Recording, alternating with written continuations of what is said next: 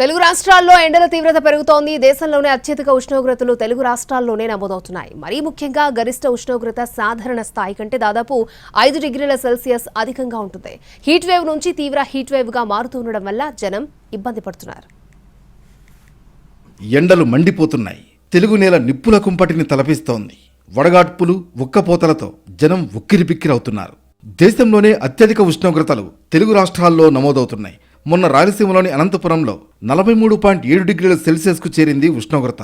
నిన్న తెలంగాణలోని ఖమ్మం జిల్లాలో 44 డిగ్రీల సెల్సియస్ గరిష్ట ఉష్ణోగ్రత రికార్డైంది. తెలంగాణలో సాధారణ స్థాయి కంటే 5 డిగ్రీల వరకు అధిక ఉష్ణోగ్రత ఉంటోంది.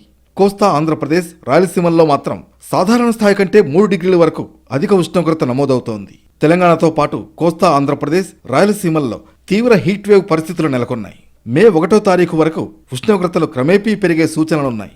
ఇక మే 2 నుంచి 8వ తారీఖు మధ్య ఎండల తీవ్రత మరింత పెరుగుతుందని అంచనా వేస్తున్నారు వాతావరణ నిపుణులు.